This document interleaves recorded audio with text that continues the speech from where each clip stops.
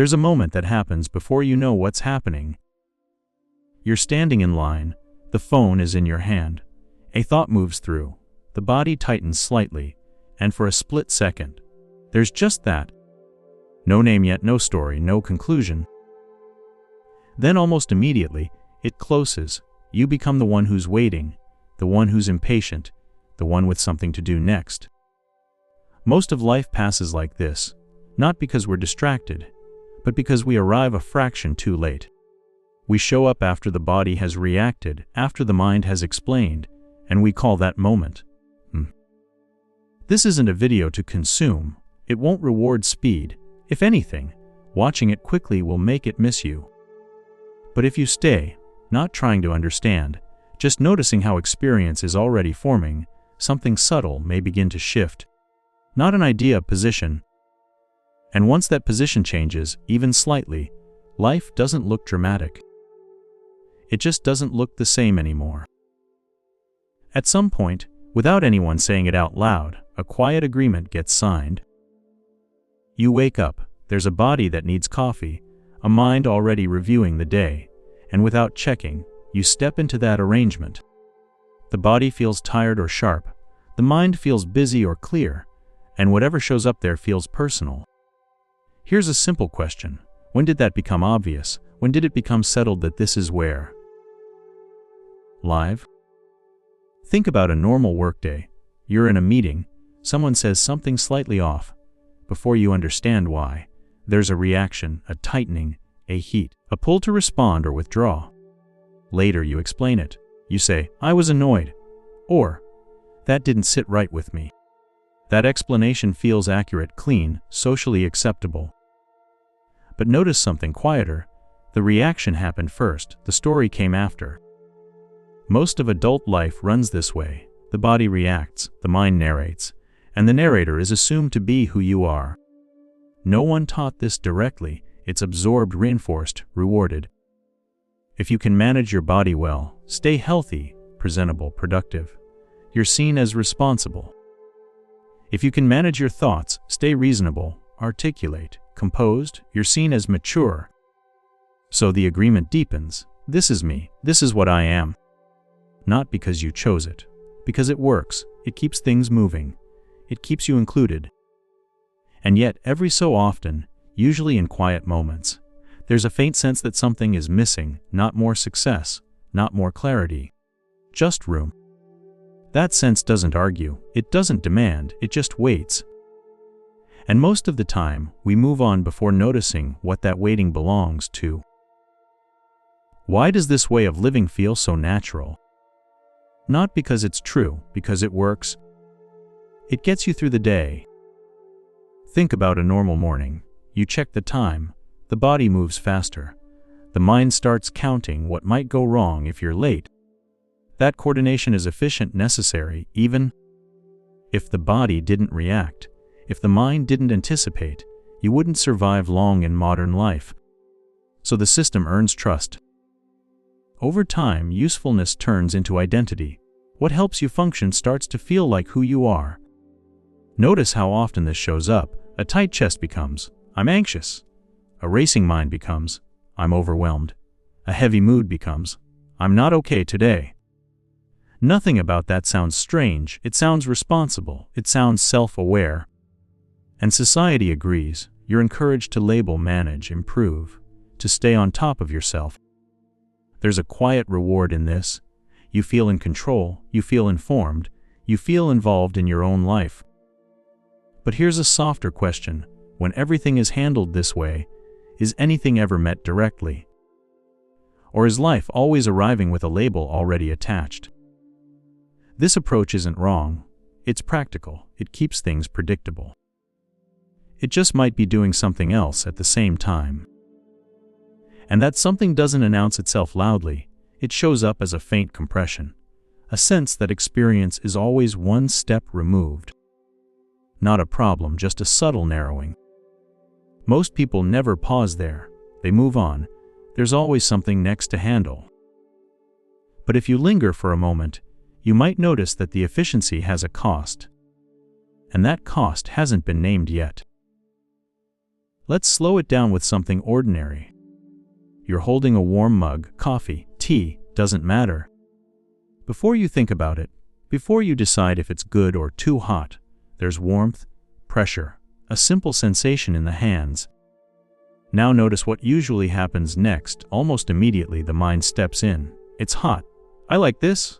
I need to hurry. Nothing wrong with that. It's familiar, automatic.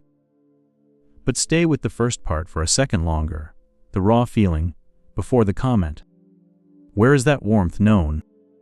Most people answer quickly, in my hands. That sounds obvious, accurate, even. But look again, the hands feel, yes. And yet the feeling is being noticed. The label, hands, comes later, the explanation comes later, the sensation appears, and something is already aware of it. This isn't about figuring it out, it's about catching the timing. The difference between what is happening and what you say is happening.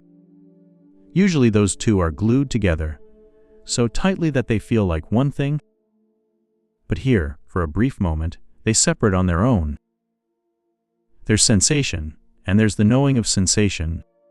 Very close, almost overlapping, but not the same. Once that's seen, even faintly, it's hard to go back to assuming that understanding is the same as being with. And that raises a quiet question, not one to answer yet, about how much of life is actually met this directly. Here's something subtle to notice. When a feeling shows up, do you experience it as a feeling, or as a statement about who you are? Take stress, not the word, the actual sensation. A tightening in the shoulders, a shallow breath, a pressure behind the eyes. That's one thing. Almost instantly, something else joins in. I can't handle this.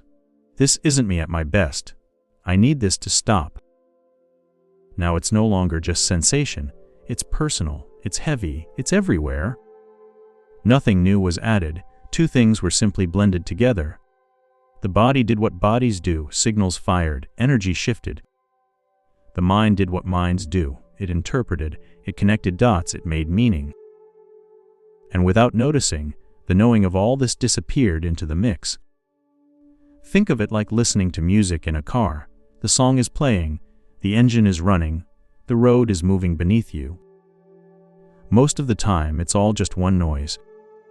But if you pause for a moment, you can hear them separately, not by effort, by attention. The problem isn't that these things exist together. They have to. The confusion begins when they're never seen apart. When sensation, thought, and the awareness of both collapse into a single identity. Then everything feels dense, crowded, urgent. But when even a little distinction appears, not as an idea, but as a felt clarity, something eases. Not because life changed, because it's no longer all happening in the same place. That distinction doesn't solve anything yet. It just creates room. And in that room, there's more to notice. At this point, it's easy to misunderstand what space means. Most people assume it's something you create. You pull back, you detach. You tell yourself not to care so much. Maybe you've tried this in an argument, in a stressful moment. You step back mentally and say, I'm just observing. But notice what's still happening. The body is tight. The mind is busy commenting on how calm it's being. There's effort. That kind of distance is still activity. It's the mind rearranging itself. Real space feels different. It doesn't announce itself. It doesn't require holding a position. Think of a moment when you were absorbed in something simple, washing dishes, walking without headphones, staring out a window. Nothing special, no intention to be mindful. And yet, for a few seconds, there was no managing, no commentary, just seeing, just hearing, just movement.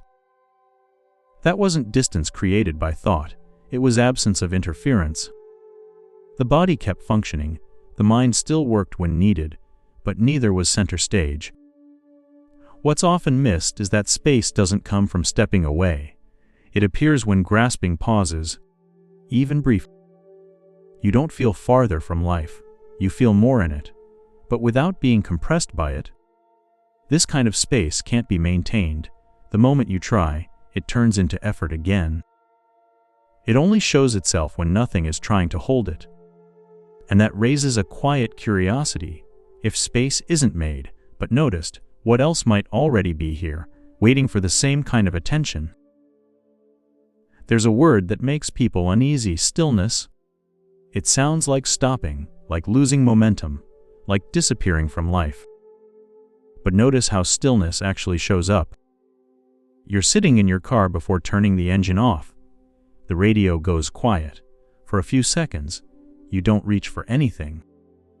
Nothing is wrong, nothing is solved, you're just there. In that moment, what's absent isn't movement, it's grabbing. You're not reaching for the phone, not rehearsing the next sentence, not adjusting yourself internally. Life hasn't paused, the body is breathing, sounds are still coming in. What's missing is the constant holding, the subtle leaning toward or away. People often think stillness means becoming blank or passive or disconnected. But this kind of stillness is alert, sensitive, very much alive. It's closer to what happens when you stop trying to secure your place in the moment. When you're not adding yourself on top of what's already happening. Nothing dramatic occurs, no insight arrives on cue. Yet something essential loosens, the sense of needing to be someone right now, the pressure to maintain continuity.